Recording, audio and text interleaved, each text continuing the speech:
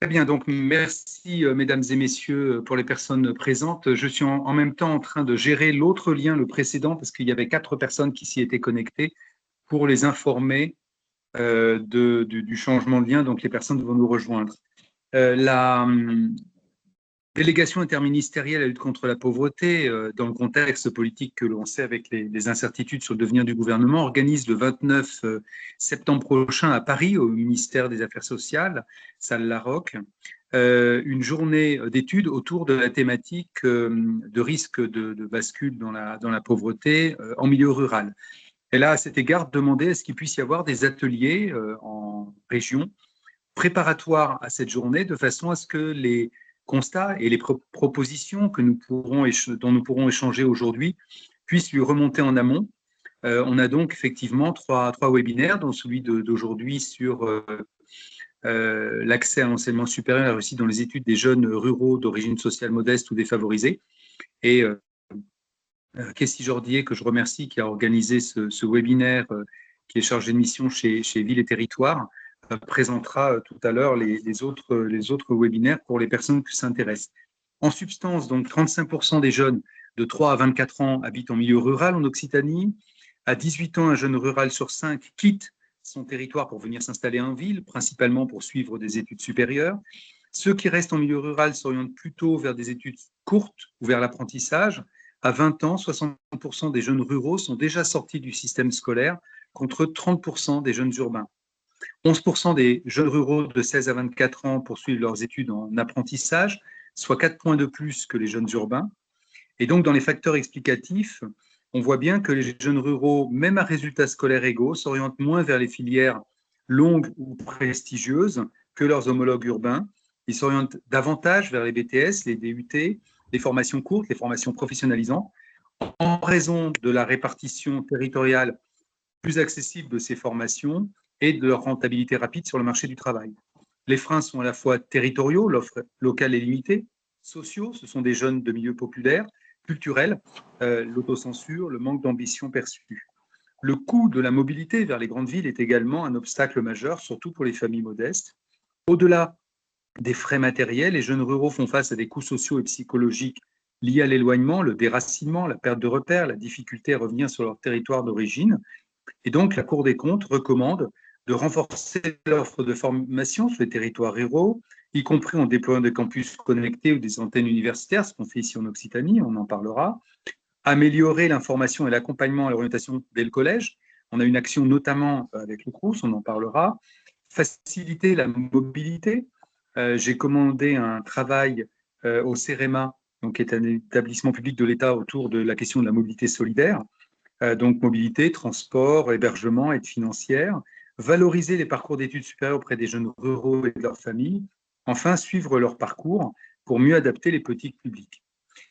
Je vous remercie, je ne veux pas être plus long pour cette introduction, je passe immédiatement à Madame la rectrice déléguée à l'enseignement supérieur, la recherche et l'innovation. Je vous remercie beaucoup, Monsieur le commissaire à la lutte contre la pauvreté, cher Eric. Donc, merci beaucoup pour cette prise de parole que vous me permettez d'avoir, donc, en présence de tous les partenaires, en fait, de l'ambition que vous venez de décrire. Donc, chers participantes, chers participants, je suis vraiment très heureuse d'ouvrir ce webinaire donc, sur l'accès et la réussite dans l'enseignement supérieur des jeunes ruraux donc d'origine sociale modeste. C'est pour moi donc un sujet absolument fondamental et important, puisqu'il se trouve donc à la croisée de la cohésion territoriale, de l'égalité des chances et du dynamisme en fait de nos territoires ruraux. Je salue aussi avec ce webinaire l'importance du travail interministériel pour répondre aux défis qui est désigné, que peut représenter aussi ce webinaire. Donc, je ne m'attarderai pas sur des considérations que vous connaissez toutes et tous très bien et sur le contexte régional qui est celui donc, de la région académique Occitanie, qui est très vaste et très contrasté. Le commissaire à la lutte contre la pauvreté vient de rappeler en fait l'essentiel de ces contrastes et de souligner donc à quel point l'objet donc de notre réunion est important aujourd'hui. Le constat en fait, c'est celui d'un double défi pour les jeunes ruraux. Tout d'abord, en fait, pour ces jeunes ruraux, comme vous venez de le rappeler, franchir la marche en fait vers l'enseignement supérieur reste de manière générale un défi. Mais ce défi, donc, il est double. Il s'agit aussi bien d'accéder aux formations que de réussir et d'avoir donc la possibilité d'une réussite, en fait, quelle que soit la filière qui a été choisie. Et donc, ce défi, donc, il est du côté de cet accès. Et bien évidemment, pour y répondre, la nécessité de notre côté, c'est d'identifier et de lever dans la mesure du possible les obstacles qui permettent à chacun des talents de trouver sa place, de s'exprimer. Quel peut être mon rôle vis-à-vis de tout ça, en tout cas celui que je souhaite vraiment tenir, c'est celui de soutenir des dynamiques et des leviers qui garantissent en fait cette égalité des chances pour les jeunes ruraux d'origine sociale donc modeste, et de garantir donc cette égalité des chances en mobilisant un certain nombre de leviers qui sont d'ores et déjà en place, comme vous l'avez rappelé, et beaucoup des acteurs et actrices sont présents donc cet après-midi, et je tiens à les en remercier. Des leviers donc sont déjà présents, et nous devrons bien évidemment veiller à accentuer encore le soutien qu'ils peuvent apporter à toute la démarche. Donc, le premier soutien et le premier levier, c'est celui de l'existence des VUE, des villes universitaires d'équilibre. Donc, c'est 19 villes universitaires d'équilibre qui existent en Occitanie et qui permettent donc, à travers différentes opérations, de rapprocher donc l'enseignement supérieur des territoires et d'attirer des jeunes et de contribuer donc à leur réussite dans un cadre plus accessible. Les VUE en elles-mêmes donc, constituent bien évidemment ce cadre qui doit favoriser cet accès plus égalisé en quelque sorte. Autre levier extrêmement important que vous avez déjà mentionné, celui des campus connectés qui permettent donc de suivre des formations à distance avec un accompagnement de proximité et qui ouvrent la porte à de l'université donc à ces jeunes qui n'auraient certainement jamais franchi le pas si on ne leur donnait pas cette possibilité donc de connexion. Deuxième aspect extrêmement important, c'est le travail conjoint donc avec tous les acteurs de la vie étudiante que j'ai plaisir donc à retrouver ici ou à rencontrer. Et donc, j'ai nommé bien évidemment tous les établissements d'enseignement supérieur de la région académique qui sont déjà donc en relation avec ces jeunes via les services de la DRAIO, service donc de l'orientation, et qui permettent donc de rendre accessible l'information via des dispositifs comme les cordées de la réussite, et donc les proviseurs des lycées en cordée sont présents bien évidemment, mais également donc les IEN qui sont chargés donc de la thématique de la réussite dans l'enseignement supérieur, et puis donc les acteurs absolument essentiels que sont les CROUS avec lesquels nous travaillons donc main dans la main, et les sous-préfets donc à la ruralité. Tous les autres acteurs qui sont présents, bien évidemment, jouent déjà un rôle très important que ce webinaire donc n'aura de cesse donc que de reconduire. Il s'agit donc, avec le webinaire en question, nous l'avons bien entendu, de nommer les difficultés rencontrées par ces jeunes ruraux pour bien les comprendre et pour bien les documenter. Deuxièmement, donc, et le programme nous l'annonce, ce sera une partie très importante de la réunion de cet après-midi, il s'agit de mettre en lumière les bonnes pratiques qui sont déjà expérimentées, et on aura l'occasion donc d'entendre la présentation des résidences d'accueil donc comme Armand du Portal et du programme d'accompagnement donc comme OSE. Troisième objectif du webinaire, formuler donc des recommandations pour les décideurs en vue de la journée nationale que vous nous avez annoncée. Il me semble donc, et c'est ce que je souhaite saluer donc cet après-midi, que la méthode qui est à l'œuvre est la bonne, c'est celle d'une intelligence collective qui nous invite à réunir donc ces bonnes pratiques, à être concret, à croiser des points de vue pour identifier donc, et je l'ai déjà fait, des leviers existants, mais éventuellement pour en faire surgir d'autres, et pour, bien évidemment, signaler aussi les angles morts qui pourraient être ceux de ces initiatives et essayer d'y remédier. L'objectif, bien évidemment, c'est qu'aucun jeune ne renonce à ses études en raison de son lieu ou de son milieu de naissance. C'est fondamental et c'est bien évidemment à cela que l'État doit s'atteler. Je ne serai pas plus long, je voudrais terminer donc cette brève introduction par des remerciements que j'adresse donc à l'intégralité de l'Assemblée pour sa présence et pour les actions déjà menées. Et je formulerai simplement à la fois le vœu et la conviction que nous avons le pouvoir d'agir sur les éléments que nous venons de nommer, et que je nous donne rendez-vous bien évidemment pour la continuation des actions déjà menées et de celles que nous ne manquons pas d'initier. Je vous remercie et donc je vous et je nous souhaite de bons travaux durant ce webinaire. Merci beaucoup, Monsieur Pélisson, Madame Dominguez-Guillaume. Pour poursuivre les éléments qui ont déjà été annoncés par Monsieur Pélisson, effectivement, cette journée s'inscrit dans le cadre de la journée nationale sur les enjeux de précarité et de pauvreté. Il est encore possible de s'inscrire à cette journée. Je vous mets le formulaire pour ceux qui sont intéressés dans le chat. Vous avez jusqu'au 17 septembre pour vous inscrire. Je profite également de l'occasion pour souligner la tenue de la conférence régionale, cette fois-ci du Pacte des Solidarités, le 29 octobre prochain à l'Université Paul Valéry à Montpellier, qui sera sur la thématique des risques de bascule dans la pauvreté des familles monoparentales. Au cours de cette journée, plusieurs ateliers thématiques auront lieu, dont notamment un sur les enjeux croisés de la monoparentalité en milieu rural, spécifique aux milieux ruraux. Voilà. Donc, on va tout de suite lancer la première séquence de ce webinaire qui porte sur un temps d'échange sur les difficultés que rencontrent les jeunes ruraux pour accéder à l'enseignement supérieur et réussir leurs études.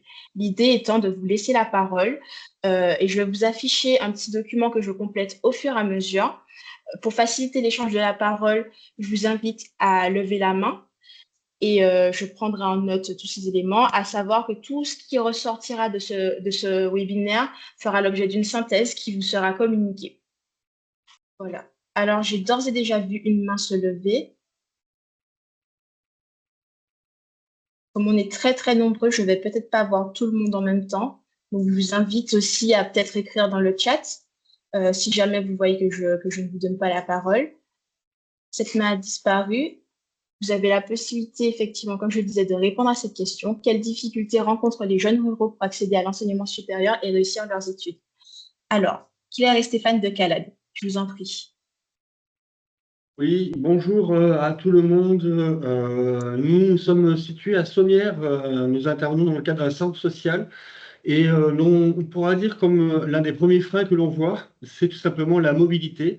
Il est extrêmement difficile de se rendre dans les lieux où se trouvent les centres d'enseignement supérieur. Il n'y a pas d'offre de formation supérieure sur notre territoire, hormis un BTS qui vient juste de se créer cette année-là, grâce à un lycée qui s'est installé il y a 2-3 ans à Sommières.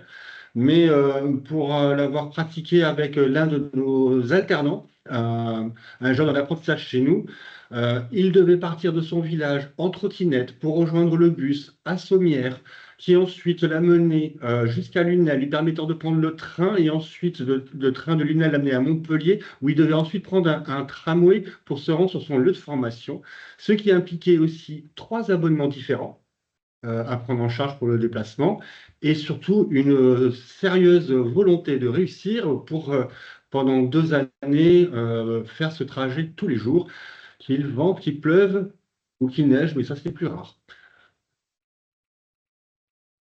Merci beaucoup. Donc là, ce qu'on en retient, c'est que la mobilité en tant que telle et également son coût, en raison des 3 abonnements différents pour pouvoir partir de son domicile jusqu'à son lieu d'enseignement.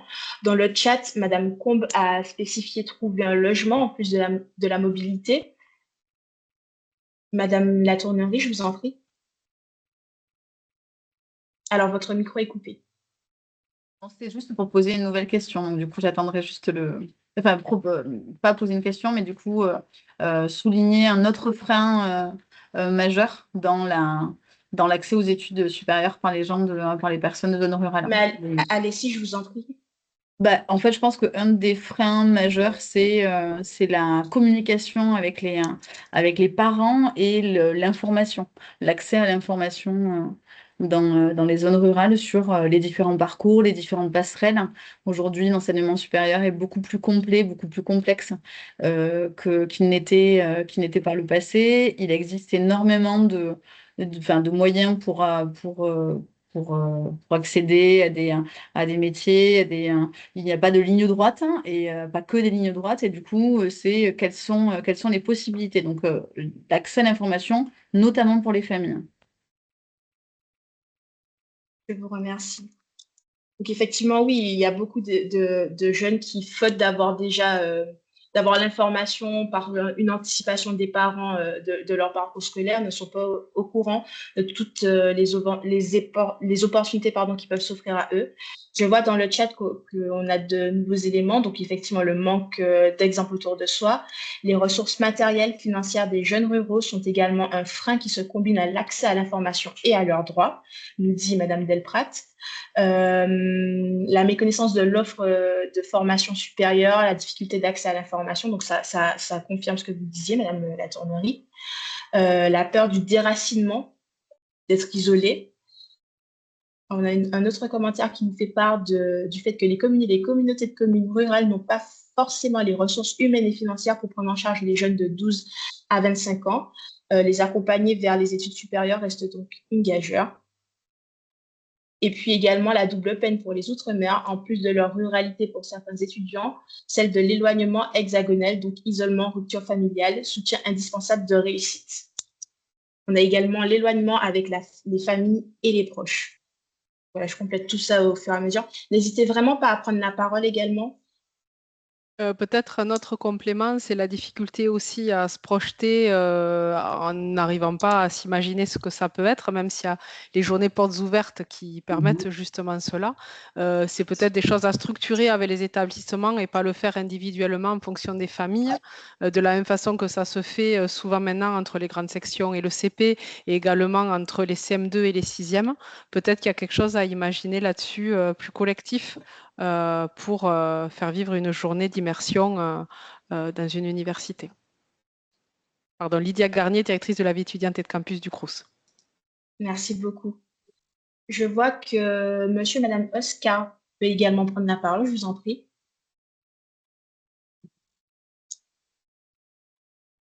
Votre micro est coupé.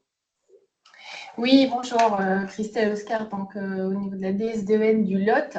Donc, c'était pour amener aussi un élément complémentaire aussi sur les déterminismes un peu sociaux qu'il peut y avoir. Et ce qu'on remarque, nous, au niveau de l'éducation nationale, c'est aussi beaucoup les familles. C'est-à-dire qu'on cherche effectivement la proximité, mais aussi à rentrer assez vite dans la vie active. Il n'y a pas beaucoup d'ambition, en fait. On essaie de lutter contre ça pour aller parfois plus loin. Donc là, on vient de passer, par exemple, cette année, heureusement, les 64% qui vont en seconde générale. L'année dernière, on était encore à 58%. Vous voyez, pour aller en seconde générale, la plupart allant dans des lycées professionnels avec comme perspective d'études très courtes pour rentrer dans la vie active rapidement. Et ça, c'est une lutte un peu au quotidien pour faire entendre à la fois aux familles, aux jeunes, que voilà, que ce n'est pas forcément un frein économique ou de mobilité, mais ce n'est pas toujours simple. Voilà. Merci beaucoup pour ce complément, Madame Oscar. Madame de la Draillot de Toulouse. Bonjour. Alors, je vais inviter les autres personnes connectées à couper leur micro pour éviter ces effets d'écho, s'il vous plaît. Vous m'entendez? Je me présente, je suis la référente académique des Cordées sur l'Académie de Toulouse. Je suis accompagnée de Madame Viadieu, Draillot déléguée. Une remarque sur, dans le cadre des Cordées, on avait rencontré le sociologue Clément Réversé qui travaille sur les jeunes et la ruralité. Notamment, il indiquait que l'orientation et l'accès des jeunes ruraux répondait à un triangle territoire, emploi, formation. En fait, finalement, que les jeunes allaient vers des formations qui correspondaient aux besoins de leur territoire. Et que finalement, par rapport à ça, ils n'étaient pas plus défavorisés qu'on va dire que l'ensemble des jeunes à catégorie sociale donnée. Et donc, c'était finalement presque la question que s'était posée, mais pourquoi aller vouloir les faire sortir, ouvrir leur possible, etc. Moi, du coup, ça me donne une réflexion, c'est-à-dire là, on travaille sur l'accès aux études supérieures, mais est-ce que ce triangle, on ne pourrait pas lui donner de la valeur et se dire qu'on pense les parcours aussi, c'est-à-dire s'il y a des besoins en BTS, on déploie les BTS, mais pourquoi pas construire dans le cadre du continuum, parce qu'on a la crise de l'enseignement supérieur, et penser les liens aussi avec les écoles d'ingénieurs, avec, en fait, penser en termes de parcours. et de poursuite en faisant des pas. Donc, à mon avis, une des difficultés, c'est de se projeter très loin si on faisait des parcours peut-être plus progressifs, qui correspondent peut-être aux besoins du territoire et qui les ouvrent avec un peu plus sur la durée, sur d'autres types d'études. Je pense que ça pourrait être un levier intéressant. Merci. Je vous remercie. Alors, vous aviez aussi Madame Lefebvre qui voulait prendre la parole, je vous en prie. Oui, bonjour Sylvie Lefebvre. Je suis directrice de la mission locale Jeunes en Ariège depuis 16 mois et j'étais auparavant directrice d'une mission locale pendant 24 ans en Bretagne, en milieu rural. Donc, d'une part, j'ai mis dans le chat une petite remarque parce que moi, j'ai eu connaissance de l'invitation par le CCAS d'une commune et je ne pense pas que les missions locales étaient dans les invités. Juste, je dis cette petite information, puisqu'on a un rôle aussi, alors très souvent pour des jeunes sortis du système scolaire, mais pour effectivement information, il y a aussi de plus en plus de programmes, et c'est très bien, qui se mettent en place plutôt pour les jeunes sortant de lycée professionnel, dans le cas de la réforme de lycée professionnel. En tout cas, en Ariège, on travaille avec les acteurs locaux. J'anime un séminaire avec l'équipe sur la formation et le campus connecté aura bien sûr sa place un jeudi auprès de l'équipe.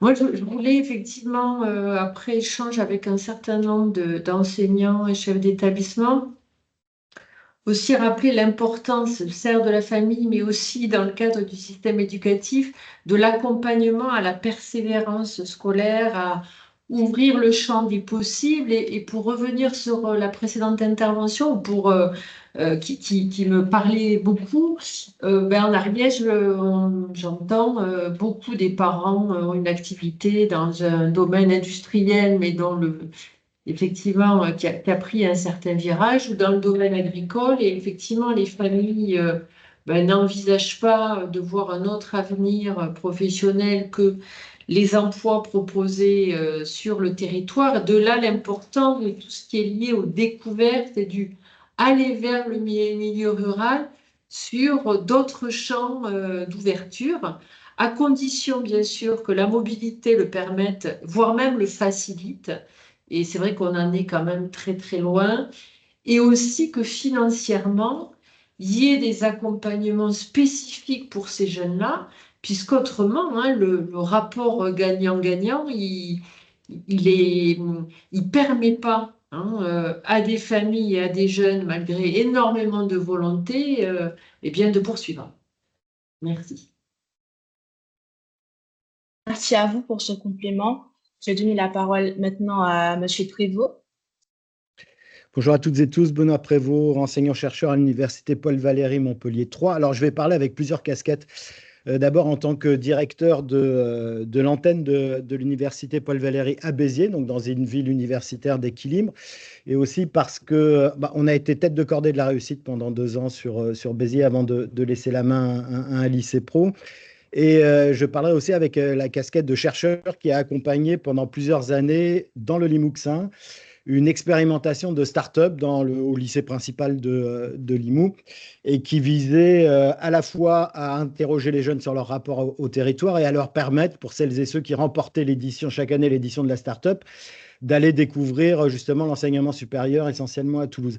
D'abord, je voudrais revenir sur le fait que la question financière est cruciale et déterminante parce que l'ensemble des éléments qu'on évoque là, en fait, sur les configurations socioculturelles et démographiques dans les territoires ruraux, d'abord, en fait, sont aussi en grande partie liés, à l'histoire des territoires ruraux et à la concentration d'un ensemble de CSP qui sont liés aux activités des territoires ruraux, des petites villes moyennes en territoire rural, etc., mais aussi depuis une vingtaine d'années à des processus de relégation d'une partie notamment des employés et des ouvriers dans les zones rurales. Et ça, c'est ce que montre une étude que je suis en train de faire sur l'Hérault, le Gard et la Lozère.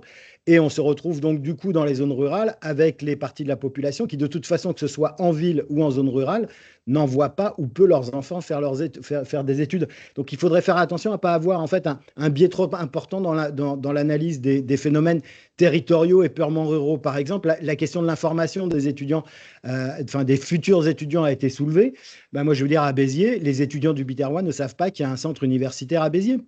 Donc, on retrouve la même problématique dans les grandes villes et dans les zones périphériques des grandes villes, qui est une problématique, elle aussi financière, et de moyens attribués dans l'éducation nationale au CIO et à avoir suffisamment de personnel pour informer les jeunes. Donc ça, ce sont quand même des phénomènes sur lesquels il ne faudrait pas qu'il y ait un biais ruralité trop fort. Et c'est pour ça que l'intervention de Madame Aladraio me parlait, moi, en tout cas, très directement, d'autant plus qu'il doit y avoir une interrogation sur le fait d'envoyer ses enfants faire des études à la ville. D'abord, ça coûte cher. Deux, les études payent-elles? Et ça, c'est un véritable questionnement à avoir. À quoi ça sert d'envoyer ses enfants faire des formations qui sont, on le sait, de plus en plus difficiles à suivre, très coûteuses et pour lesquelles l'enseignement supérieur a de moins en moins de moyens pour rendre des services qui permettrait en fait d'accompagner l'ensemble des étudiants vers la réussite. Donc je pense que là, il y a toute une série de problèmes qui renvoient à l'enjeu fondamental, d'après moi, qui a été soulevé, qui est de savoir quel type de formation développer dans les territoires ruraux pour correspondre effectivement aux besoins en emploi de ces territoires. Et je dis territoires ruraux, mais d'un peu tous les territoires. C'est ce qu'on fait aussi à Béziers, où on a un fort travail qui s'inscrit dans la stratégie régionale d'enseignement supérieur et d'innovation et de recherche, puisqu'on a des schémas locaux qui sont pensés, dans lesquels les interactions avec les milieux professionnels locaux et l'ensemble des acteurs du tissu économique sont importants pour développer des formations qui permettent aux étudiants à la fois de suivre des formations généralistes pour ensuite potentiellement aller dans les métropoles pour suivre des masters, etc., mais aussi offrir sur le territoire des formations courtes, professionnalisantes, sur lesquelles il y a des véritables débouchés, et je dirais entre guillemets, qui permettent pour les étudiants de se projeter dans des études qui payent, c'est-à-dire pour lesquelles, derrière, il y a une possibilité réelle, concrète d'emploi.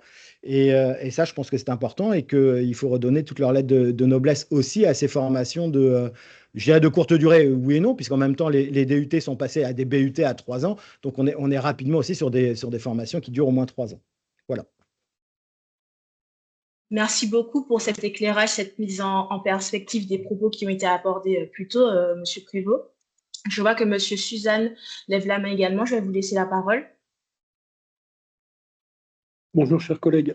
Je suis sous-préfet de ruralité en Hérault depuis plusieurs années maintenant.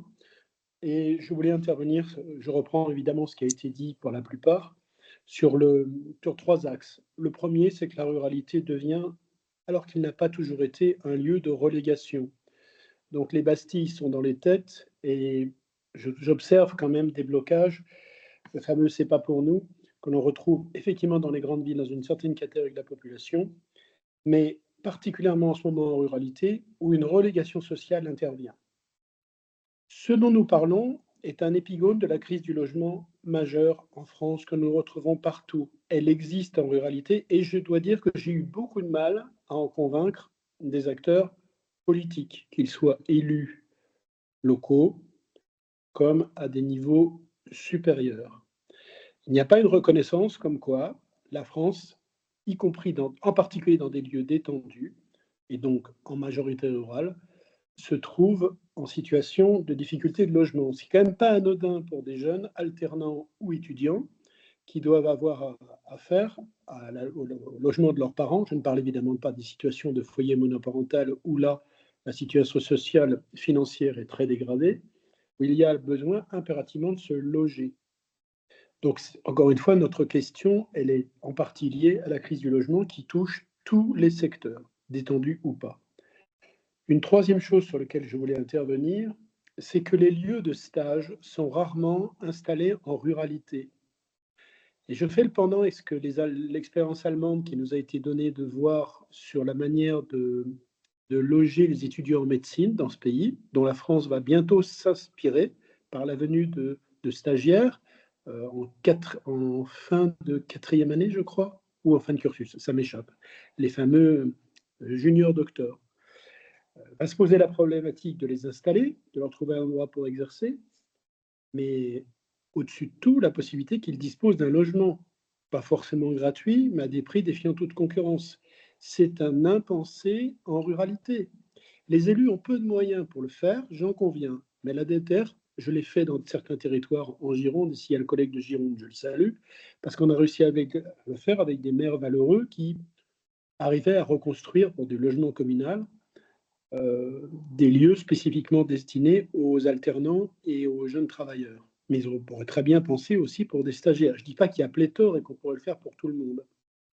Et de la part des élus, c'est un impensé. Je suis désolé de le dire comme je le pense, mais c'est la vérité. Et quand ils le pensent, j'insiste pour dire que l'État est derrière eux pour rénover du patrimoine communal qui peut servir à loger des stagiaires. Mais faire venir des stagiaires qui viennent de la ruralité pour qu'ils retournent en ruralité, pas trop éloignés de leur lieu de travail, est un impensé. Ça n'est pas conceptualisé, ça n'est pas conscientisé. Enfin, c'est l'expérience que je fais et très, très humblement, je vous la soumets. La toute dernière chose que je voudrais dire en marge de ces trois sujets, c'est que je ne sais pas comment on pourrait regarder, par exemple, ce qui se fait à l'étranger dans des territoires qui sont plus ramassés, mais qui ont aussi des ruralités importantes. Je pense à la Suisse, qui a des difficultés de communication, où on arrive avec un niveau de vie bien supérieur au nôtre, évidemment. Mais je pense un peu mieux à redistribuer la population des stagiaires étudiants. En les réinjectant au plus près de la ruralité, j'identifie la communauté de communes en France comme le meilleur garant d'une capacité d'accueil.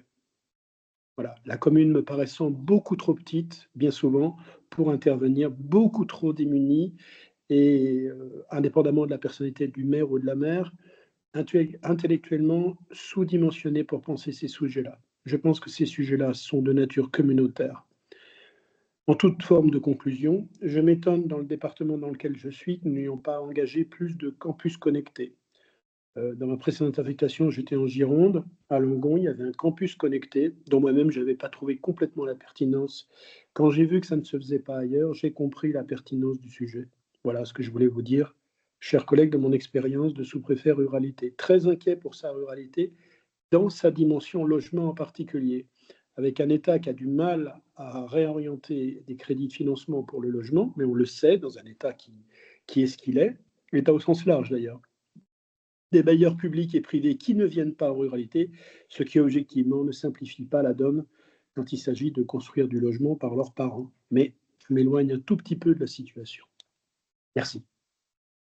Merci beaucoup, Monsieur Suzanne. Je vois que Monsieur Pélisson lève la main. Je vais vous laisser la parole désormais. Oui, ça va tenir en peu de phrases.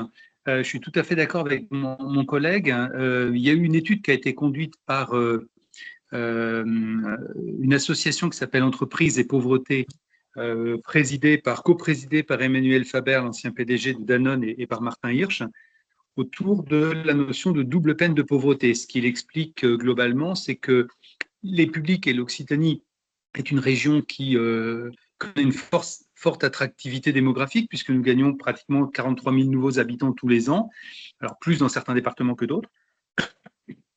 Et donc, ces populations ne parviennent pas à se loger en ville compte tenu de l'insuffisance du logement et du logement social, compte tenu des prix des loyers, et donc vont se décaler vers la campagne, avec souvent donc des frais de mobilité importantes. Alors, c'est vrai pour les adultes, mais évidemment, c'est vrai pour leurs enfants.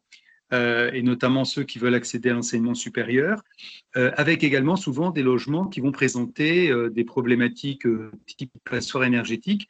Et donc, la double peine de pauvreté, c'est qu'ils sont non seulement exclus de pouvoir habiter plus près de la ville, mais avec des dépenses énergétiques et des dépenses de mobilité plus importantes. Ça, c'est la première remarque. La deuxième, c'est que l'INSEE vient de publier en fin de semaine dernière une étude sur les jeunes décohabitants, expliquant qu'en milieu urbain, un jeune sur 10 habite encore chez ses parents à l'âge de 26 ans.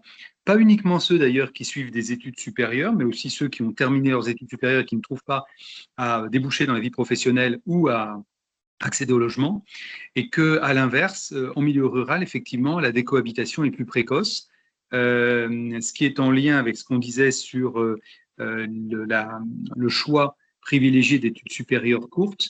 mais aussi effectivement avec le fait que cette tension du logement qui se répercute de plus en plus sur le milieu rural est encore très diversement perceptible pour beaucoup bouger dans les 13 départements de la région Occitanie.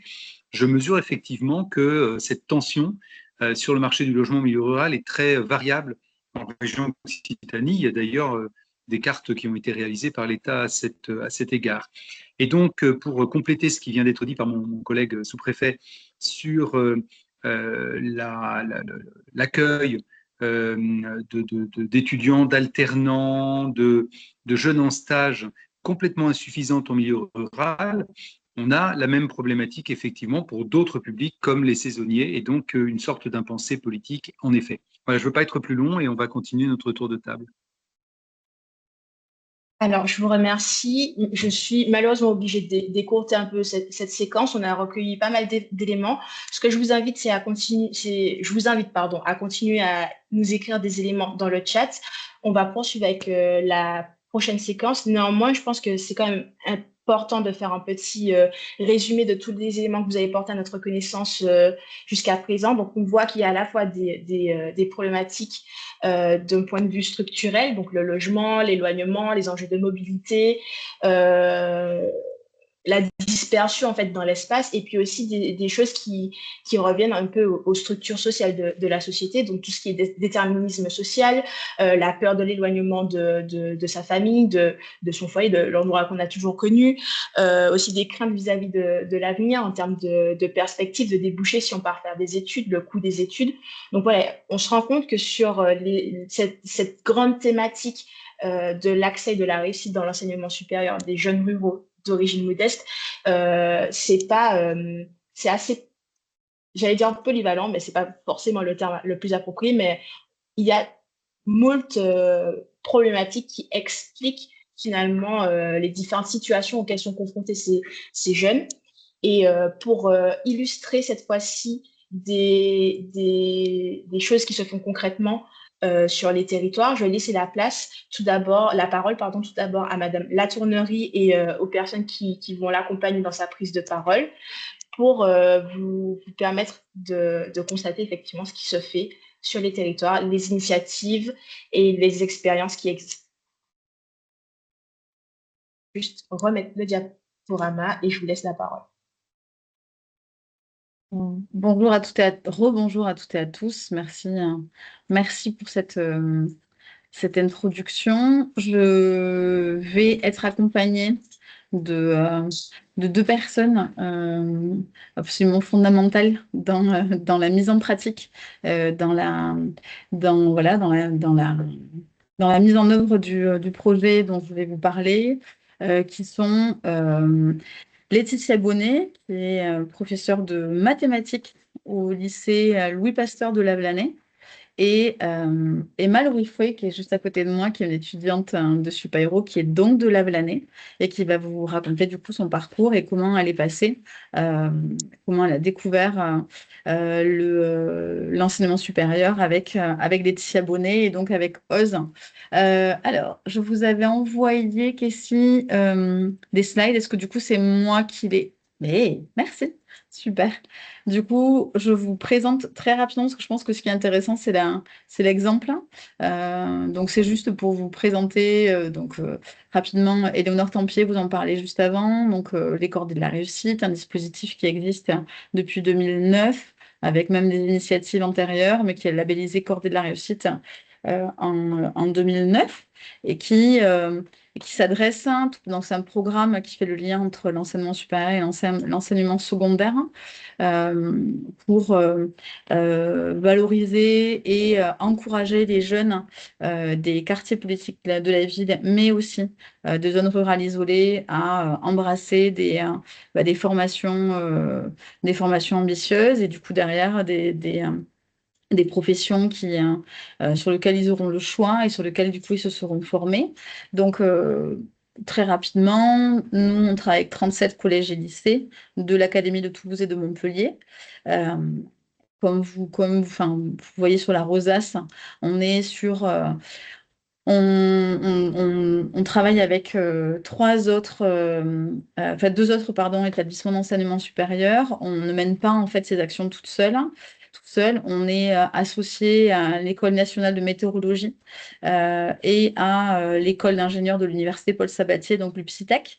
Et donc, les étudiants de Supaéro, les étudiants de l'UPSITEC et les étudiants de l'ENM montent conjointement des projets qu'ils vont derrière réaliser avec les enseignants dans les collèges et les lycées partenaires auprès des élèves de la 4e à la terminale, avec un focus tout particulier sur l'égalité filles-garçons et sur l'ambition, la découverte des études scientifiques et techniques pour les jeunes filles. Donc, on décline, ça peut être sous forme de tutorat, sous forme d'ateliers scientifiques et techniques, et aussi, surtout, d'actions pour faire découvrir les métiers, les formations, et donc venir, du coup, à Supaéro, mais pas que. En fait, c'est aussi sur les campus alentours pour découvrir l'enseignement supérieur et dédramatiser, désacraliser l'enseignement supérieur et découvrir les différentes formes d'accès, voies d'accès, et puis réussir à travailler sur la projection. Donc, pour ça, je voulais pouvoir faire appel à donc Laetitia. J'aimerais bien, Laetitia, que tu prennes aussi du coup maintenant la parole pour illustrer en fait ce que je suis en train de vous raconter, parce que voilà, ça permettra de mieux comprendre comment se met en place le dispositif, tout en sachant que nous travaillons avec le collège Louis Pasteur de Lavelanet depuis 2009, donc on est vraiment dans une démarche de très long terme, avec une forte expérience ensemble, et que dès le début, il y a vraiment eu cette idée de, pour tout dire, moi-même, je viens de zone rurale isolée, alors pas en Occitanie, je suis des Landes, mais je suis vraiment d'un village perdu dans les Landes, et je suis la première de ma famille à faire des études supérieures. Si un dispositif comme les cordées était venu dans mon collège, je pense que d'autres élèves que moi j'avais la chance d'avoir des parents qui ils étaient apiculteurs, donc pas du tout, on n'avait pas fait d'études, mais par contre, avait vraiment en tête l'idée de pouvoir m'accompagner, de pouvoir faire en sorte que justement je puisse partir de chez moi. Si seulement il y avait ce genre de dispositif, je pense que à l'époque, dans mon établissement scolaire, on aurait été plus nombreux à en bénéficier et à enlever les barrières qui nous étaient imposées et qui nous étaient, que ce soit par notre situation géographique ou par notre culture. Donc, c'est pour ça aussi que c'est un sujet qui me tient tout particulièrement à cœur. Laetitia. Oui, alors, est-ce que vous m'entendez? Moi, en tout cas, je t'entends. Bon, parfait. Alors, je suis Laetitia Bonnet, professeure de mathématiques au collège Louis Pasteur de Lavelanet, dans l'Ariège, donc un département isolé. Et notre collège a deux particularités, c'est que nous sommes un réseau d'éducation prioritaire, mais également dans une zone rurale assez loin de tout. Et effectivement, notre collège est encordé à l'ISAE Supaéro depuis 2009 maintenant. Et actuellement, on a aussi le collège voisin, le collège Victor Hugo, ainsi que notre lycée de secteur, le lycée de Mirepoix, qui est aussi encordé, ce qui permet de faire des suivis de cohorte aussi et de travailler en lien collège-lycée et lycée supérieur par rapport à différents projets mis en place. Alors, je ne sais pas si vous avez la slide suivante. Oui, est-ce que c'est possible d'avancer du coup sur j'avais mis une slide aussi sur le maillage territorial, mais voilà, c'était juste pour vous montrer qu'effectivement, il y avait un focus. Si c'est possible juste de repartir un petit coup en arrière pour juste voir la carte. Donc, on est évidemment du coup à Toulouse, mais là, on voit aussi que du coup, en Haute-Garonne, on est à Saint-Gaudens. On est d'ailleurs, et on est également à... Oui, voilà, dans le Gers, on est également, du coup, on travaille avec l'Aude, beaucoup avec l'Aude. On travaille également avec les Pyrénées-Orientales. Enfin voilà, vous avez un maillage, là, vous voyez du coup les territoires dans lesquels on collabore depuis des années. Et voilà, et donc là, on va faire un focus sur l'Ariège, en effet, et sur Lavelanet, les deux établissements de Lavelanet, le lycée et le collège Mirepoix. Et une parenthèse, on travaille également avec le collège de Chalabre, qui est aussi un des établissements dont le lycée de Mirepoix est un établissement de secteur. En fait, Chalabre envoie des élèves tant à Limoux qu'au lycée de Mirepoix. Donc, du coup, voilà, on travaille avec Limoux, avec Chalabre et avec Mirepoix pour vraiment avoir un maillage territorial complet. Laetitia, je te laisse la parole. Alors, pour moi, justement, les cordées de la réussite, c'est vraiment ouvrir le champ des possibles, montrer aux élèves qu'autre chose que ce qui se passe à Lavelanet est possible, même si à Lavelanet, il se passe aussi des choses chouettes. Et on a participé à de nombreux projets avec l'ISAE Super-Héros, dont le parcours campus au féminin, qui permet non seulement de visiter le campus de l'ISAE, mais aussi de faire venir des étudiants dans notre collège, ainsi que des professionnels, des ingénieurs, des chercheurs, qui viennent présenter leur métier. Le campus au féminin, comme son nom l'indique, c'est surtout pour les filles, mais il y a d'autres projets comme Poster, où également on arrive à rencontrer des personnes qui ont des parcours professionnels assez intéressants. Et là, ça concerne et les garçons et les filles. Ensuite, on a beaucoup travaillé avec des missions spatiales, comme Mars, avec la mission InSight. Lorsque l'instrument CIS a été envoyé sur Mars, on a travaillé sur des dispositifs pédagogiques à mettre en place en classe, et on a assisté à l'amortissage d'InSight. Ensuite, on a travaillé avec la station MDRS. Chaque année, certains étudiants de l'ISAE Super-Héros vont dans le désert de l'Utah, dans la station MDRS, pour faire comme s'ils étaient sur Mars. Et on a mis en place différentes expériences scientifiques qui sont faites et dans notre collège et dans le collège voisin, et aussi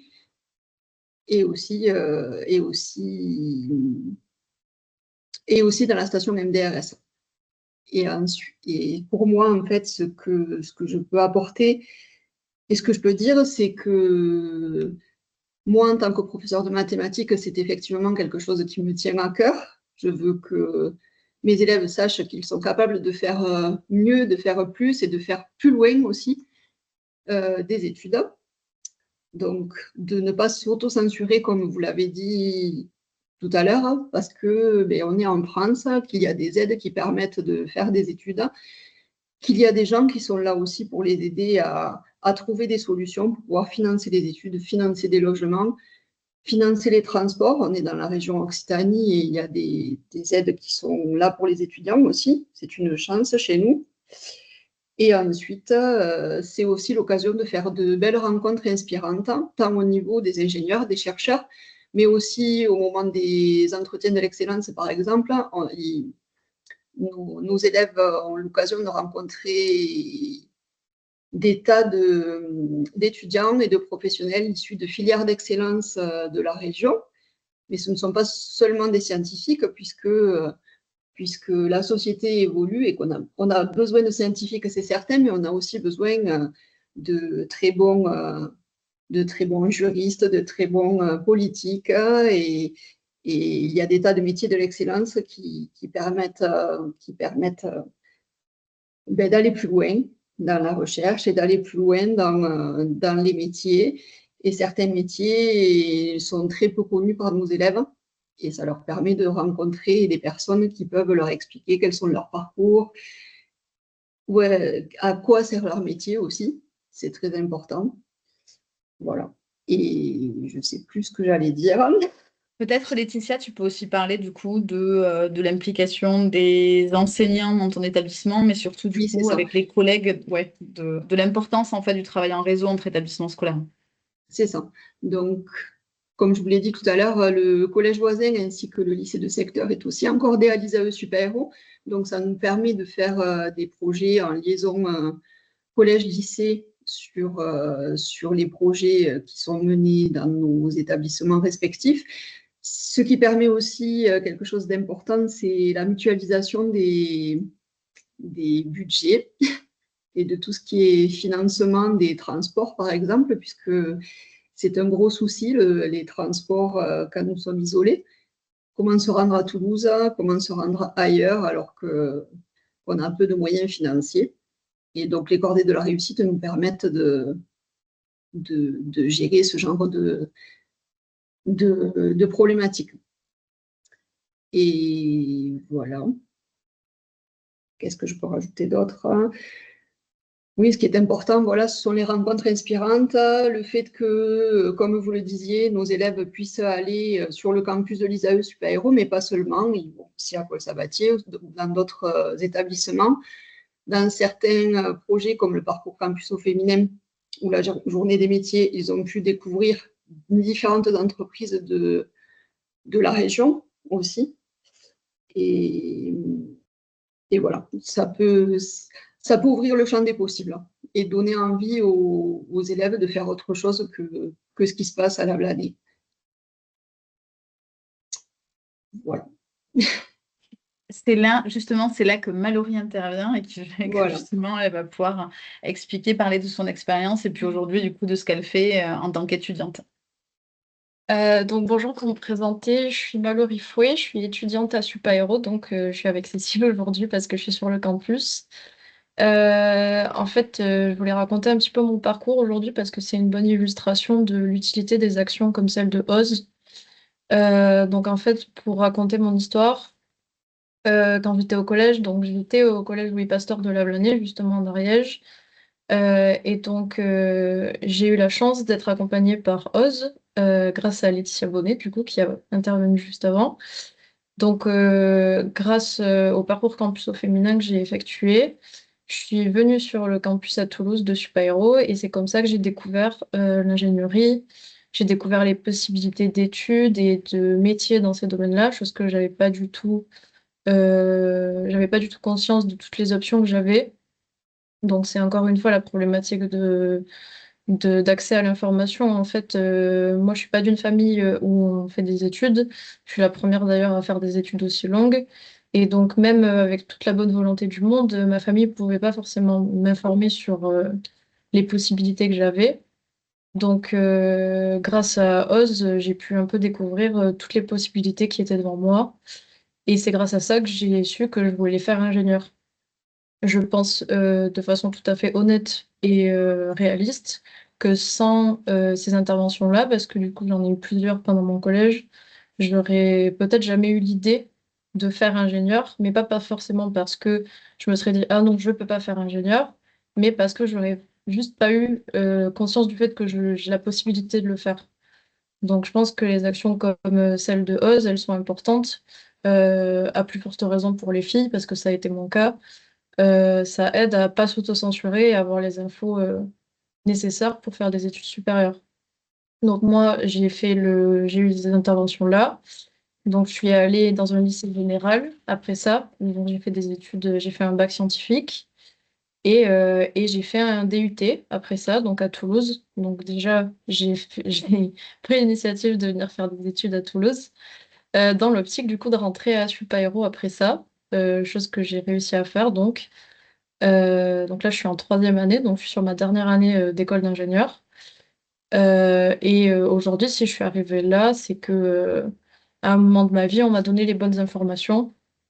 Et aujourd'hui, d'ailleurs, du coup, j'interviens pour donner ces informations-là aux élèves qui ont l'âge que j'avais à l'époque où j'ai eu accès à ces informations-là, en tout cas. Donc voilà.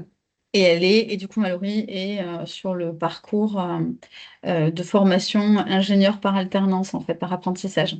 Donc, du coup, c'est aussi, on parlait des passerelles tout à l'heure et de la multitude aujourd'hui de possibilités de faire des études. Bah, du coup, il y a aussi celle-là et voilà, donc c'est une belle ambassadrice du coup de cette formation-là.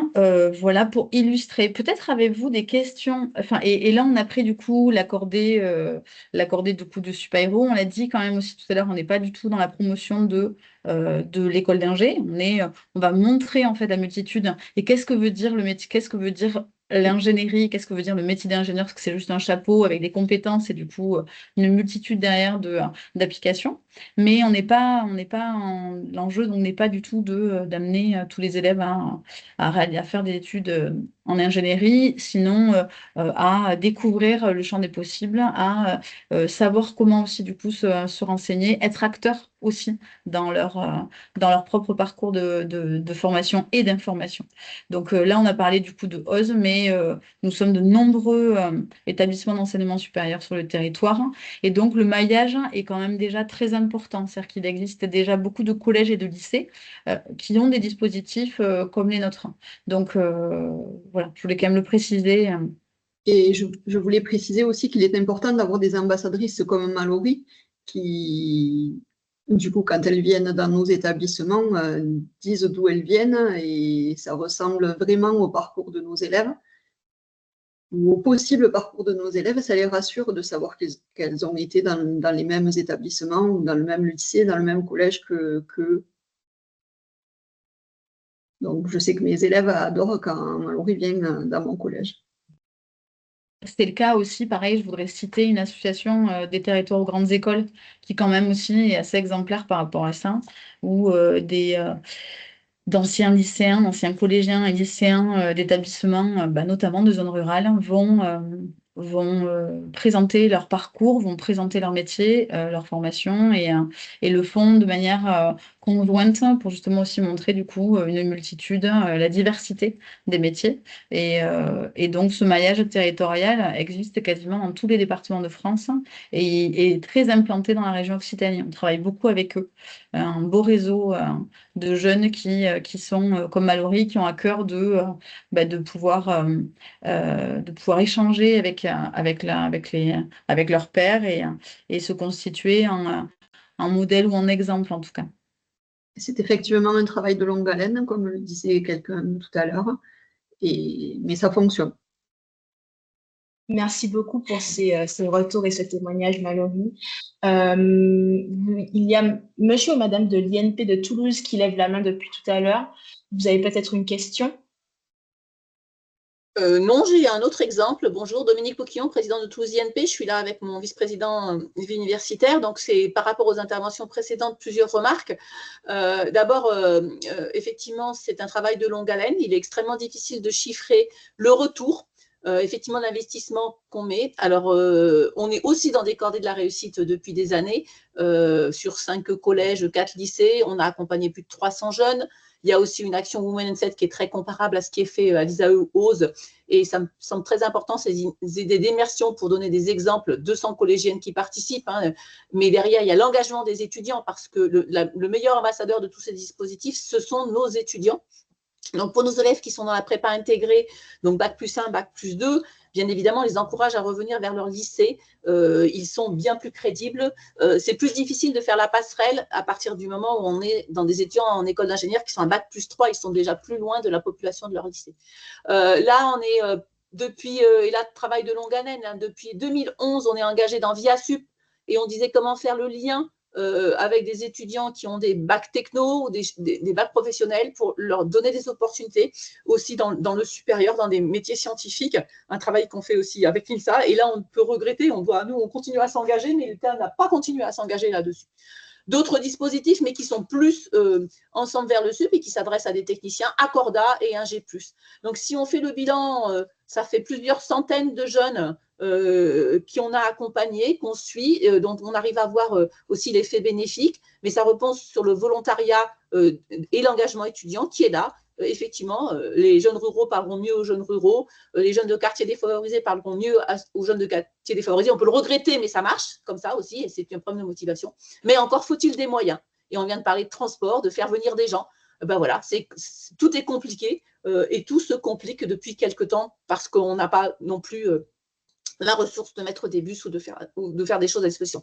Et il y a un endroit dont on n'a pas parlé, qui me semble très important, c'est InfoSup. J'ai fait pendant des années le salon InfoSup, où on touche les familles, il faut y aller avec des étudiants, et c'est là où on leur explique que c'est pour eux, qu'on peut, et c'est mon cas, ne pas avoir de me dire une famille qui a fait des études supérieures et en faire. Et là, on fait de la pub pour l'ensemble de nos collègues de l'enseignement supérieur public, où on a moins de moyens à mettre sur la communication, mais où les études coûtent moins cher et où il y a un certain nombre de freins en moins, par exemple parler du CROSS, on en parlait, etc. Donc je pense que c'est quand même important de dire aussi InfoSup est un outil pour favoriser cette démythification pour les jeunes ruraux d'aller vers la ville. Et vous n'en avez pas parlé, je le regrette, et c'est pour ça que je me permettais de revenir là-dessus. Et je pense que c'est un dispositif qui mériterait d'être bien travaillé en lien avec les établissements. Merci beaucoup. Si d'autres personnes ont des éléments à apporter, d'autres initiatives qu'ils souhaiteraient mettre en lumière, n'hésitez vraiment pas à lever la main ou l'écrire en commentaire dans le chat. On a une question, enfin, tout d'abord, pour rester chronologiquement, un commentaire de Madame Karna Zola, qui est coordinatrice de Campus Connecté depuis 5 ans. Ses constats étant les suivants. Mise en avant nécessaire des formations à distance, recherche non intuitive sur Parcoursup de cette typologie de formation, la nécessité de développer les examens à distance au sein des campus connectés pour lutter contre les problématiques financières et les problématiques de mobilité. On a une question qui a été posée un peu plus tard sur le dispositif OSE de super-héros. Des jeunes ont-ils intégré des classes préparatoires suite à ce dispositif, et cela a-t-il été quantifié? Madame la Tournerie. Alors, oui, des jeunes ont intégré. D'ailleurs, il se trouve qu'à côté de moi, il y a aussi une prof de physique-chimie du lycée des Arènes qui a justement des élèves de chez elle qui ont intégré les prépas. Oui, c'est le cas. C'est le cas chaque année. En fait, chaque année, des élèves de terminale vont intégrer des prépas, que ce soit des prépas intégrés ou des prépas ou des CPGE. Sur la quantification, ça a été dit tout à l'heure, en fait, une des difficultés et un sujet sur lequel on travaille, on essaie chaque année du coup de travailler toujours un peu mieux, c'est la question du suivi de cohorte et de réussir à avoir des données quantifier des données. En fait, comme on est sur les jeunes et sur des données sensibles, et pour le coup, en fait, c'est pas nous qui collectons. On n'a pas la possibilité, on n'a pas le droit, et qui collectons du coup les informations. Ce sont souvent les professeurs. Après, les étudiants, parce que les étudiants gardent aussi du coup des contacts très privilégiés avec les élèves qu'ils auront suivis lors des ateliers ou lors du tutorat mis en place. Donc, c'est eux après derrière qui vont nous informer de un tel est parti à tel endroit, un tel, il y en a d'ailleurs plusieurs après, ça a été le cas par exemple justement tout à l'heure, l'INP du coup prenait la parole, des élèves qui avaient été encordés, qu'on avait suivis, qui derrière sont rentrés du coup dans les prépas intégrés et qui eux-mêmes se constituaient en tuteurs dans les écoles dans lesquelles ils étaient. Donc du coup, mais par contre, de là à dire le pourcentage, à vous donner un pourcentage là aujourd'hui, du coup, ça, je ne pourrais pas vous le dire et j'ai pas les moyens de. Ce qui est certain, c'est qu'on voit, par exemple, dans les résultats, on voit, ça a été le cas, par exemple, au lycée, à la cité scolaire d'Artagnan de Nogaro, du coup, dans le Gers, où les élèves, par exemple, de Bac Pro, avec qui on travaille depuis des années, le nombre croissant d'élèves de filières professionnelles qui sont partis sur des études supérieures. Donc ça, du coup, ça, c'est des choses qui, par contre, sont très identifiables et très faciles à suivre. Mais voilà, je ne sais pas si j'ai répondu du coup à la question, et on suit 1200 jeunes à peu près par an. Donc du coup, voilà, le nombre de jeunes suivis est très important et on adorerait du coup avoir une vue très fine après de leur parcours après dans l'enseignement supérieur, mais ça effectivement il appartient après du coup aux jeunes de nous faire remonter. C'est difficile une fois qu'ils sont entrés après dans les études supérieures de pouvoir les suivre au cas par cas, mais on s'y attache. Merci beaucoup pour votre réponse. Je vois que M. Pélisson souhaite prendre la parole, je vous en prie. Merci.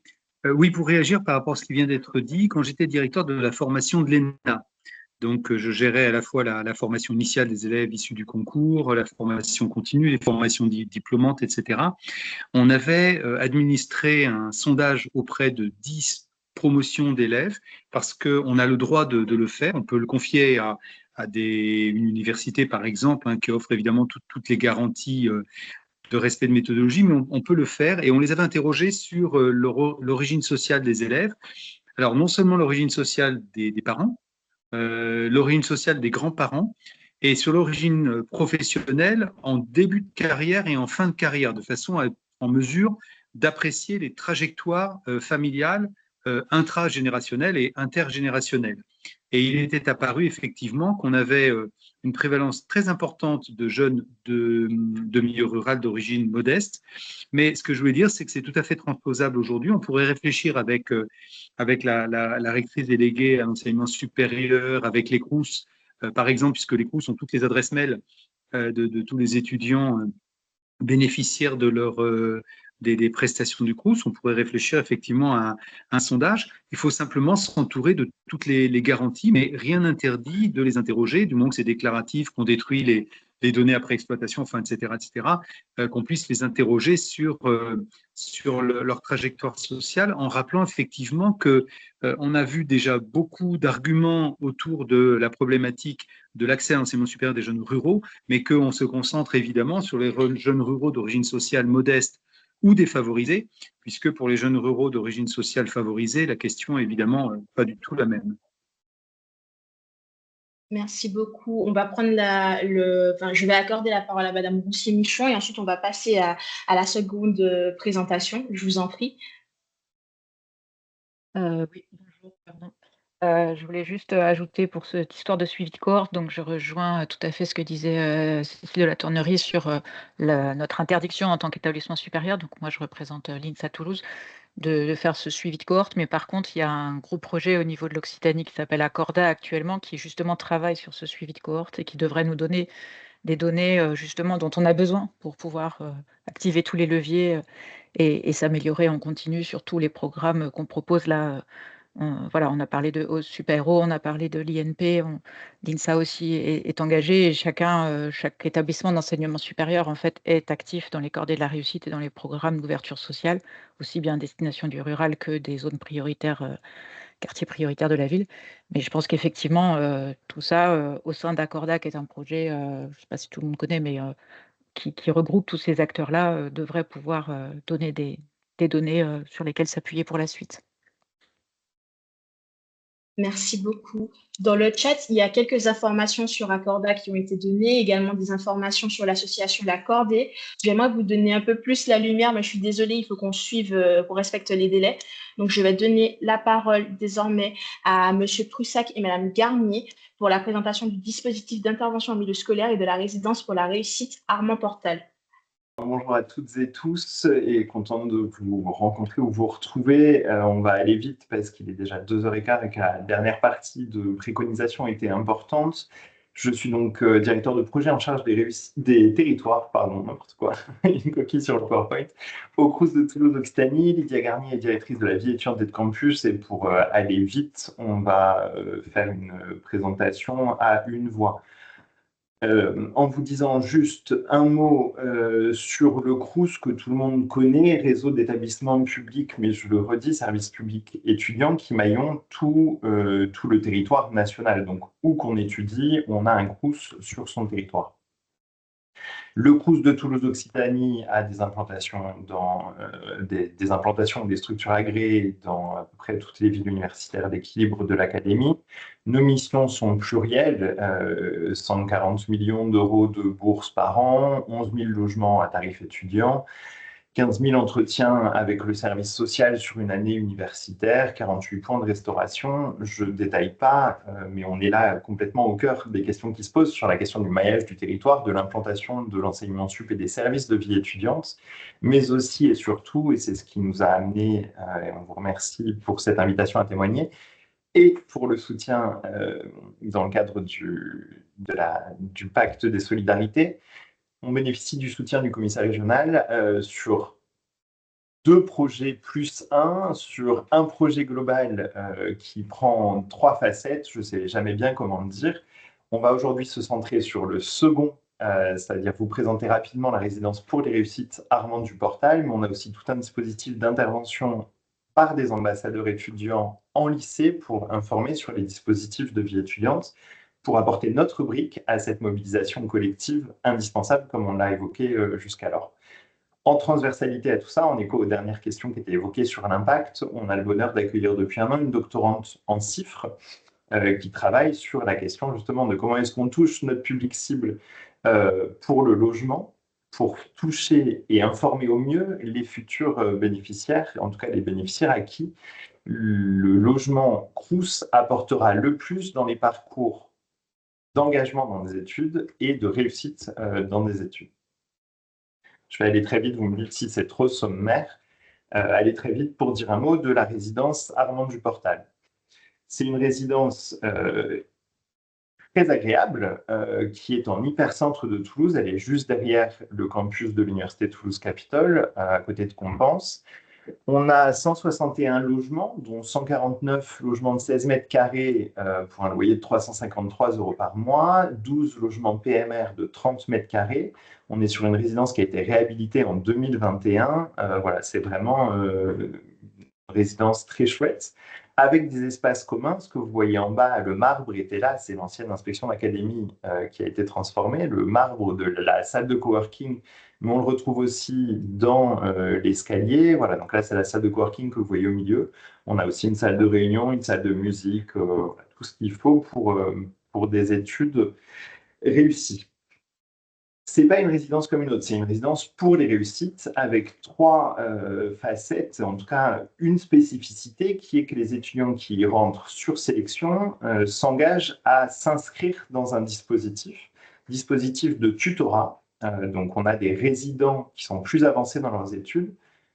Les résidents tutorés sont en première année et ils bénéficient d'un tuteur plus avancé de master qui vit dans la résidence. Donc, il y a des séances individuelles et collectives. Et là, le but du jeu, vraiment, c'est d'accompagner les étudiants dans à la fois leur vie quotidienne, leur prise d'autonomie, la décohabitation, le fait de vivre à Toulouse pour des études. Donc, la dimension territoriale qui était évoquée tout à l'heure, de se dire, on vit dans une métropole, ça peut faire peur.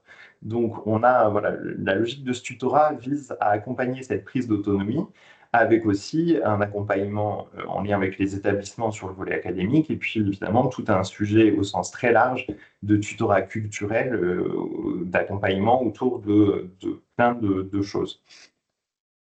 Ce tutorat, au-delà du tutorat individuel et du tutorat collectif, on le propose avec des activités très variées au sein de la résidence, à la fois des pratiques artistiques, vous voyez la poterie et peinture sur céramique qui permettent de se rencontrer et de faire des tas de choses ensemble, mais plus largement des temps d'intégration, des ateliers de médiation canine, comme vous pouvez le voir, des soirées jeux, des soirées de tout type pour se rencontrer, et y compris des rencontres avec des professionnels, typiquement magistrats, avocats, sont quelques exemples de personnes qu'on a pu recevoir et rencontrer, puisque la lutte contre l'autocensure et la projection ambitieuse, elle se passe aussi une fois qu'on est dans sa première année d'études. Devenir juriste d'entreprise, même si j'ai rien contre les juristes d'entreprise, c'est pas la même chose que de se dire qu'on ose viser à devenir avocat. Ce programme d'activités variées, il se fait aussi à l'extérieur, dans cette logique de découverte du territoire, d'appropriation de Toulouse et de la métropole toulousaine, mais aussi de sorties culturelles, comme je l'évoquais, à la fois dans les musées, les salles de spectacle, et des rencontres un petit peu diverses et variées avec des professionnels aussi du milieu pour voilà, découvrir un peu le backstage de ces lieux.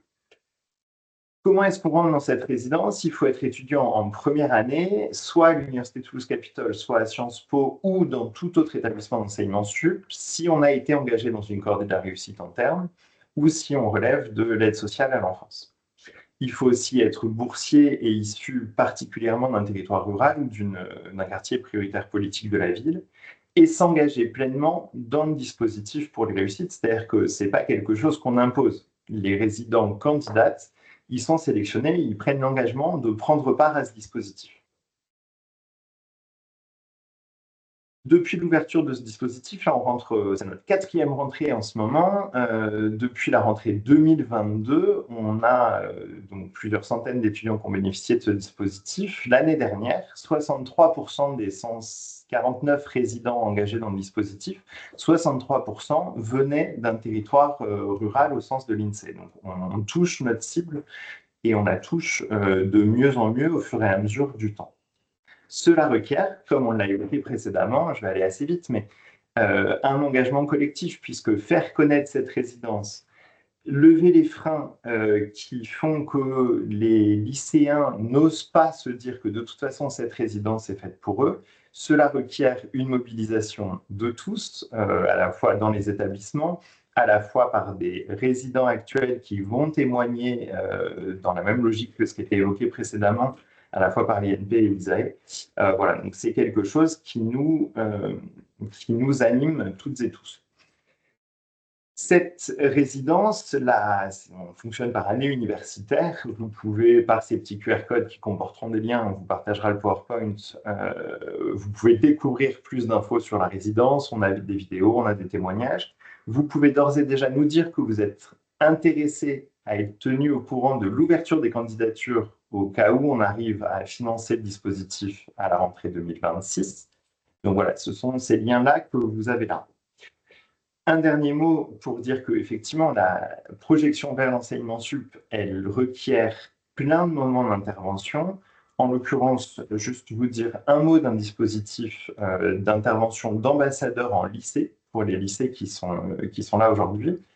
La directrice générale du CROUS a écrit au chef d'établissement au début de l'été. Ça fait quelques années qu'on a ce dispositif d'intervention qui mobilise plusieurs formes, des escape games, des quiz, des stands, des interventions en classe, hors classe, qui est un dispositif qui fait ses preuves, qui est très apprécié et qu'on est à votre disposition pour intervenir dans vos établissements.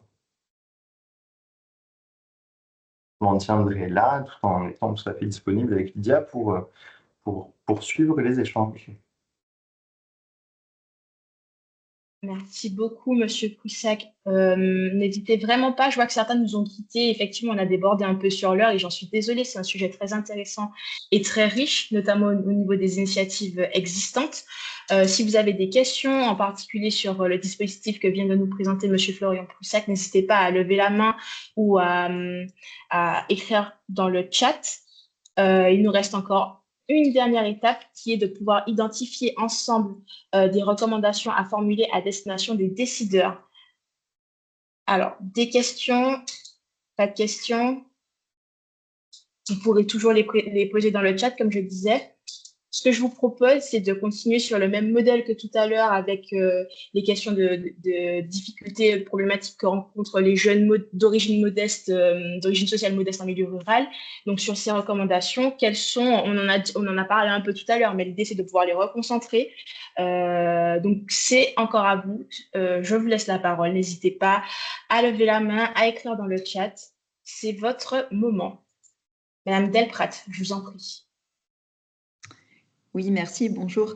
Une petite réflexion sur des recommandations possibles. On sait bien que les jeunes issus de familles à revenus modestes, c'est souvent des familles qui ont des profils d'emploi assez précaires, des situations financières qui peuvent changer, s'améliorer à certains moments et se redégrader à d'autres. Et là, on vient de toucher du doigt la prise en compte financière, tout simplement, des familles et des étudiants. La situation qui est prise est souvent 2 ans en arrière et que je pense qu'il y a un vrai problème de temporalité. Pour qu'un jeune puisse s'engager dans un projet d'études, si on ne révise pas un petit peu ça et qu'on ne rend pas un peu plus contemporain les données prises en compte, je pense que ça peut être un frein à l'engagement en études supérieures pour les jeunes issus de familles modestes et des territoires ruraux. Tout à fait, c'est une bonne remarque que vous faites, Mme Delprat. Je vous remercie. Monsieur Poussac, vous vouliez reprendre la parole? Oui, peut-être juste pour commenter ce point, la règle prévoit effectivement que les revenus pris en compte pour l'attribution de bourse sont les revenus N-2, c'est-à-dire les derniers pour lesquels, au printemps, une famille peut justifier de revenus.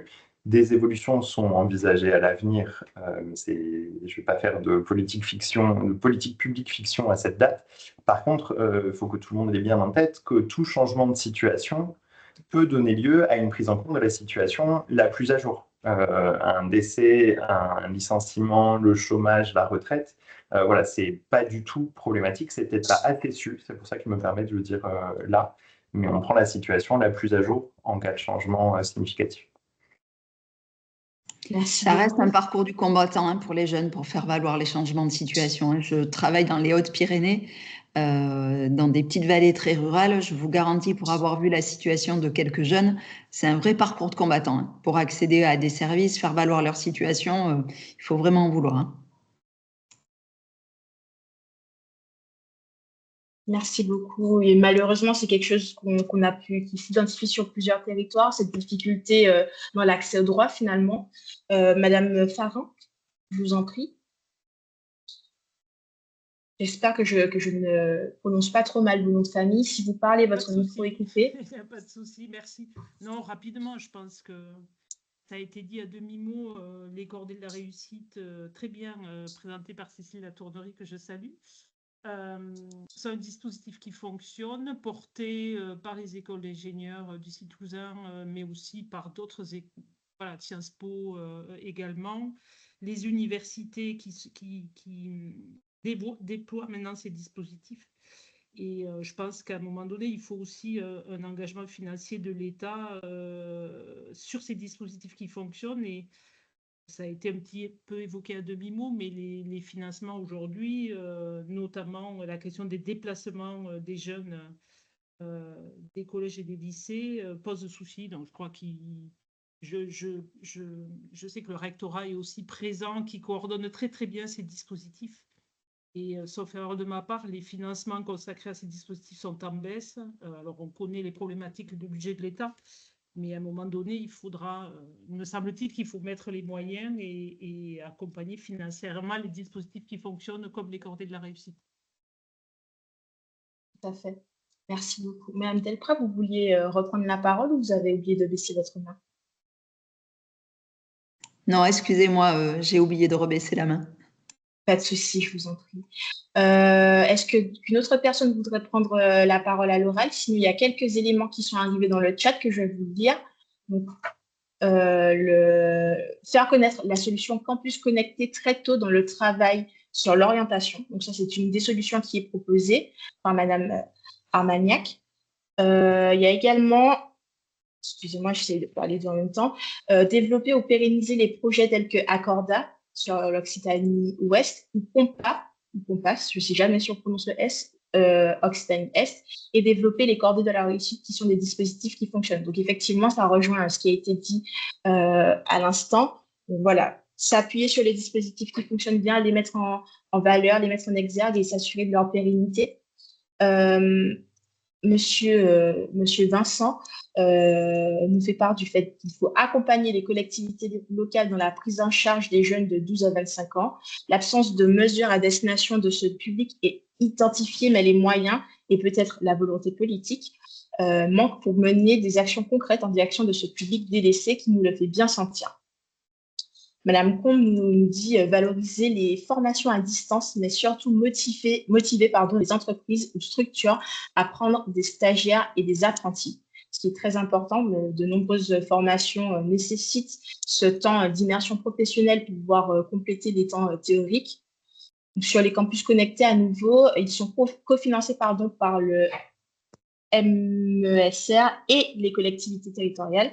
Comment se fait-il que dans les lycées, ce dispositif soit-il si peu évoqué? Donc, si jamais quelqu'un a une réponse à cette question, n'hésitez pas. Et puis, une autre recommandation de Madame Lefebvre, favoriser d'autres solutions de logement moins coûteuses pour les étudiants, développer les campus connectés, renforcer les aides à l'apprentissage.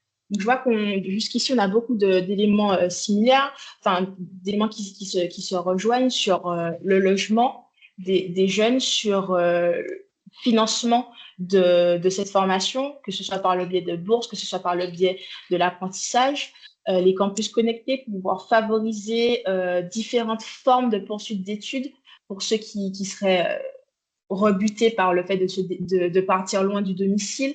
On a de nouveaux commentaires, donner les moyens au plus tôt pour renforcer les 3 familles de compétences psychosociales des enfants, des jeunes et des familles pour favoriser la confiance en soi et la projection ambitieuse dans le supérieur. Également, dans nos pratiques pédagogiques et nos transmissions, veiller à avoir la même ambition à faire maths que dans un lycée rural. Alors, j'avouerai que je ne sais pas c'est quoi faire maths, si d'autres personnes savent. Ah, c'est un lycée. Ma collègue me dit que c'est un lycée, merci. Le tutorat et le mentorat sont des accompagnements individuels qui marchent bien.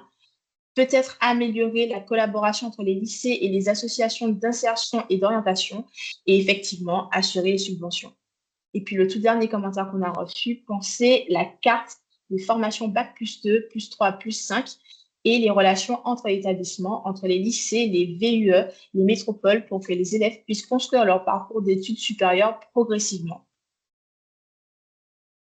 Une question, ce webinaire est-il mis en place en amont du 29 septembre à traiter les enjeux liés à la jeunesse? Alors non, il y a d'autres webinaires qui sont mis en place. Excusez-moi, je n'ai pas très bien vu la question. D'autres webinaires sont mis en place pour illustrer ce propos le 16 septembre prochain, mardi prochain. Du coup, un autre webinaire se tiendra que j'aurai le plaisir d'animer également aux côtés de l'ADRAC Occitanie et très certainement de M. Pélisson sur l'accès à la culture des jeunes en milieu rural. Il y a également un autre webinaire ou une conférence, je ne me rappelle plus la terminologie exacte, qui est prévue sur les enjeux d'accès aux droits en milieu rural. Je laisse M. Pélisson me corriger si je me suis trompée, mais ce n'est pas le seul webinaire mis en place pour ces enjeux. Oui, effectivement, chaque commissaire était en charge de mettre en place au moins un webinaire. Nous, on en a donc 4, celui d'aujourd'hui, celui sur l'accès à la culture, celui effectivement organisé par Ressources et Territoires sur l'accès aux droits en milieu rural, et un dernier qui est organisé en partenariat avec l'Université d'Aix-Marseille autour des enjeux du vieillissement. En fait, nous allons, en termes de produits, de livrables, faire 2 choses. On va faire remonter une petite fiche synthétique pour que la délégation interministérielle puisse produire un livrable national. Donc, nous, on a pris en charge effectivement la thématique de l'accès à l'enseignement supérieur et de la réussite dans les études des jeunes ruraux d'origine sociale modeste ou défavorisée. Évidemment, le livret qui en sortira sera, lui, beaucoup plus interdisciplinaire puisqu'il abordera tous les aspects du sujet. Par comparaison, si vous allez sur mon compte LinkedIn, vous verrez qu'on a retransmis 2 publications récentes réalisées par la délégation interministérielle, l'une sur le risque de bascule dans la pauvreté des familles monoparentales et le second autour du rôle des entreprises dans la lutte contre la pauvreté aux côtés des travailleurs pauvres. Et donc, de la même façon, d'ici le mois de décembre, on aura un livrable national qui sera produit, mais qui naturellement peut probablement être un peu décalé compte tenu des validations interministérielles qu'on peut imaginer. À l'échelle régionale, moi, je pense qu'on va se nourrir beaucoup de tout ce qui a été produit. Et si ma collègue rectrice en est d'accord, on pourrait très bien imaginer effectivement publier d'ici le mois de décembre également une publication régionale se nourrissant de l'ensemble de ce qu'on a échangé aujourd'hui, mais aussi en collectant encore les fiches de bonnes pratiques que les uns ou les autres ont citées, mais qui ne sont pas toutes remontées en dehors des 2 qui ont été présentées. J'en ai identifié 2 qui sont remontées. Donc, n'hésitez pas. On a un modèle que Kessie Jordier vous a envoyé avec les invitations et qu'elle peut vous renvoyer sur demande qu'on peut mettre dans le chat et qui peut se renseigner. Vous avez sans doute déjà les fiches, donc c'est du copier-coller. Et ça peut nous permettre effectivement de présenter, de faire savoir ce qui se fait, puisque quelque part, mon métier, au fond, c'est de permettre ce que j'appelle le triple décloisonnement, le décloisonnement des territoires. Là, on voit bien effectivement que, s'agissant du milieu rural, c'est tout à fait pertinent. Le décloisonnement des différentes administrations, parce qu'on voit bien là aussi que chacun a ses compétences, mais qu'on avancera tous ensemble. Et puis le décloisonnement des métiers, de façon d'éviter que certains pensent que toute la responsabilité leur incombe. En fait, en réalité, on est bien dans une politique publique systémique qui nécessite la mobilisation de tous. Donc voilà pour ce qui est des livrables tels qu'ils sont commandés et tels qu'on peut les imaginer. Et donc avec votre contribution, on pourrait imaginer faire quelque chose à l'échelle régionale. Tout à fait. Je lis un dernier commentaire de Madame Escanez. Dans le cadre du territoire éducatif rural, le territoire des Monts d'Alban et du Villefranchois, dans le 81, a réalisé son premier forum des métiers en zone rurale dans le village où se trouve le collège Alban. Très belle participation des professionnels et des collégiens. Ma collègue Lucie vous a mis dans le chat le lien d'inscription pour le webinaire qui se tiendra la semaine prochaine sur les enjeux de culture en milieu, accès à la culture en milieu rural pour la jeunesse. Et étant donné qu'on est à court de temps, à moins que vous ayez des questions que je vous invite à poser tout de suite, à lever la main tout de suite ou à écrire dans le chat, on va bientôt clôturer cette séance. Et pour appuyer ce que vous disait Monsieur Pélisson, tous les éléments que vous nous avez fait remonter feront l'objet d'une synthèse qui vous sera envoyée le plus rapidement possible. Et n'hésitez pas, pour celles et ceux qui souhaitent nous faire remonter la fiche de bonne pratique, à me l'adresser à moi. Je suis celle qui vous a envoyé les mails avec le lien de connexion. Vous pouvez me l'adresser en répondant à ce mail. Donc voilà, merci beaucoup. Et puis, voilà, on a de nouveaux commentaires. Donc, pour votre information, la Cravate Solidaire, association qui lutte contre les discriminations, accompagne les jeunes diplômés issus des QPV lors de leurs entretiens d'embauche. Je vous remercie beaucoup pour votre attention, pour votre présence et vos interventions. Et Monsieur Pélisson, je vous laisse prendre la parole avant de conclure. Juste en remerciant tout le monde pour sa participation, les intervenants et les personnes qui ont bien voulu suivre ce webinaire et intervenir à l'écrit ou à l'oral. Juste dire que toutes les informations dont il est question figurent sur mon compte LinkedIn, donc à mon nom, Éric Pélisson. Aussi bien effectivement les références pour les webinaires que les références pour les journées nationales, la conférence nationale, et on les a mis en lien permanent et on peut les réactualiser régulièrement. Merci encore à tous. Merci beaucoup. Très bon après-midi à toutes et tous.